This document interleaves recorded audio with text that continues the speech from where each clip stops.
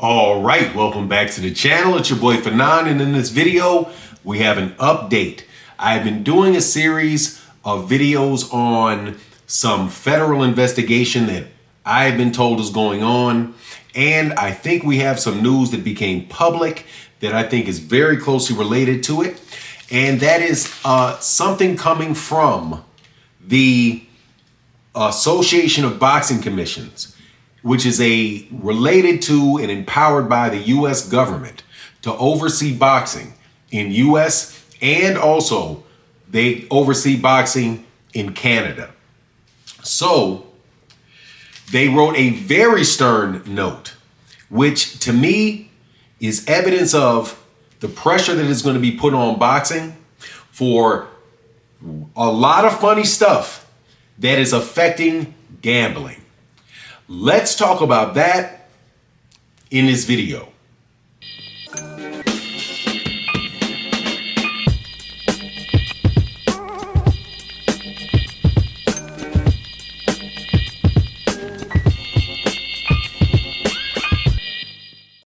All right, welcome back to the channel. It's your boy Fanon, and in this video, let's get to it. There's a federal investigation going on in the world of boxing. I've been talking about it for a while, and I've been talking about it from the point of view of people that had been involved in Terence Crawford's team. And when I mean that, because Terence Crawford is the center focus of this in that regard, because he's the boxer. But I'm specifically talking about guys like Victor Conti, who's with Snack, that works with Terence Crawford. I'm also talking about guys like Turkey Ellis Sheik that works with Terence Crawford. And the moves that are being made in the sport of boxing. So, the Association of Boxing Commission, the Association of Boxing Commissions, is basically an organization that is empowered by the Muhammad Ali Act and the Federal Boxing Act in the United States to oversee boxing. They're the people that give the WBC, the WBA, the WBO, and the IBF the right to put on fights and organize professional boxing matches in the United States.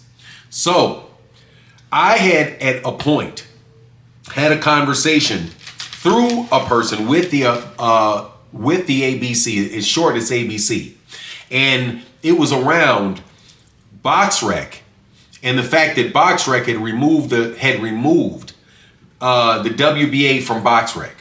That complaint was turned into the ABC.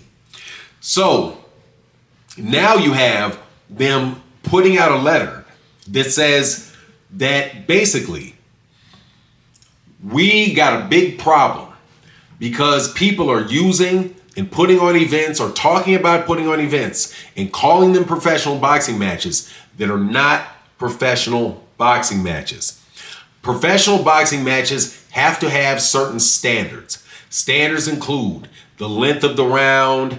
It includes the size of the gloves, all kind of different specifications, or the number of rounds in a fight. All of those things have to be consistent with the federal rules of boxing, or the rules that the ABC and the commissions have. They all have to be consistent, and you have to apply by that. And if you're not doing that, then you cannot call what you're doing a professional boxing match. So specifically, they take shots at exhibitions and saying you can call certain things exhibitions. Oh, also, they said one of the things that you cannot have to be a boxing match is a predetermined outcome. And you can, if you have an exhibition, you can have a predetermined outcome. But if it's a professional boxing match, you cannot have a predetermined outcome. That was another thing that the ABC said, which I think was a very, very, very powerful message about a fight that took place in Dallas, which was the Mike Tyson Jake Paul fight.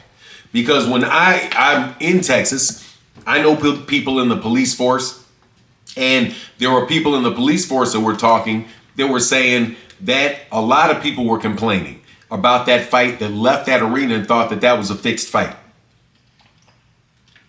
that Mike Tyson really was not trying to beat Jake Paul, and that Jake Paul was the predetermined winner. And since Jake Paul won, there's a lot of people that put money on Mike Tyson because how great Mike Tyson looked in the lead into the fight. But now he gets in the fight and he looks terrible.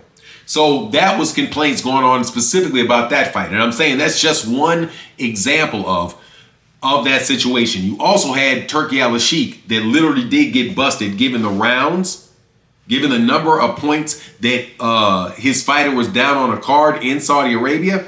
So if that particular what I would call a fixed fight could be evidence of a predetermined outcome, like, hey, hold on, man, you're down 2, you got to do this now.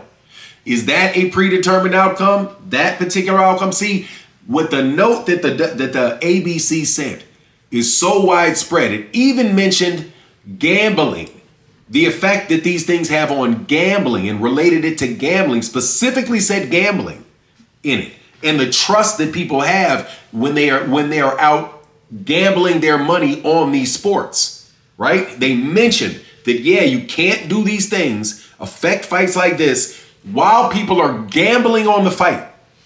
And again, I've said that the main crux behind what I'm told these investigations are about are gambling irregularities. Why would Mike Tyson stop? Now, I have to tell you, I didn't see the Mike Tyson-Jake Paul fight. I was, otherwise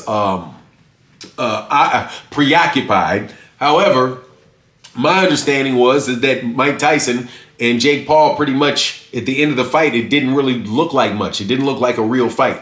Also, there were fights over there. I'm telling you, Martin Bakole looked like a predetermined outcome when Martin Bakole got hit in the back of the head or in the top of the head by Joseph Parker. But whatever the case, if the ABC is sending out notes like this, and I'm telling you, these guys had to send these notes out. I'm telling you, they had to warn you dudes. They had to take a stance and say, look, man, if you're going to have a professional boxing match, it needs to be a professional boxing match, right? Now, what's the problem? If you're also having fights in gyms, right? And you're gambling and paying entry fees to fights in gym, those are professional boxing matches. And if you're not following the rules, they will say, no, because you have to have standard round lengths, right? Doesn't that also refer to what Floyd Mayweather Jr. would do with his doghouse rules? Anyway, this note to me, sounds like the people that are ultimately responsible for boxing in the United States under the Muhammad Ali Act, and from what I understand, Canada as well, is saying, look, there's a lot of shady stuff going on here that we don't consider to be professional boxing. And if you guys are doing things related to professional boxing, and they're really exhibitions, but you're calling professional boxing matches, we're not co-signing that, and the bell has been rung. So once you start gambling on fixed fights, or what should we say, predetermined outcomes, people start getting in trouble, and this is the ABC washing their hands and telling you guys ahead of time, you guys better slow down. Anyway, again, related to the stuff going on with Snack, the stuff going on with Victor Conte and Snack and Vada, the stuff with Turki Al-Sheikh, it's just it's crazy. But anyway, we'll see how it pans out. Hope you gain some information from this video. Please let me know if you liked it. Let me know what you think in the comment section. And with that, I'm out. Deuces.